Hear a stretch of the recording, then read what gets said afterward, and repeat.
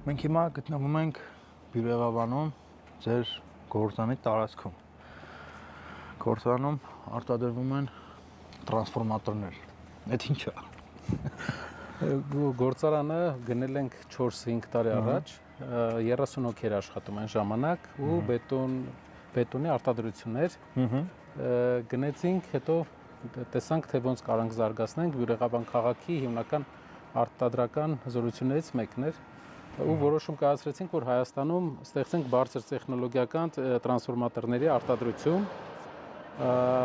Տրանսֆորմատորները դա էներգետիկայի հիմնական թարգմանիչներն են։ Հզոր էներգետիկ հոսքերը վերցնում են եւ ավելի սարքում են, ավելի փոքրացնում են, որպեսզի սարքավորումները բաները չփչանան։ Դա ոնց ասեմ, տրանսֆորմատորները եւ մալուխները էներգետիկայի երկու հիմնական սարքավորումներն են, որը օգնելու է մեզ էներգետիկ առումով դառնալ ինքնաբավ։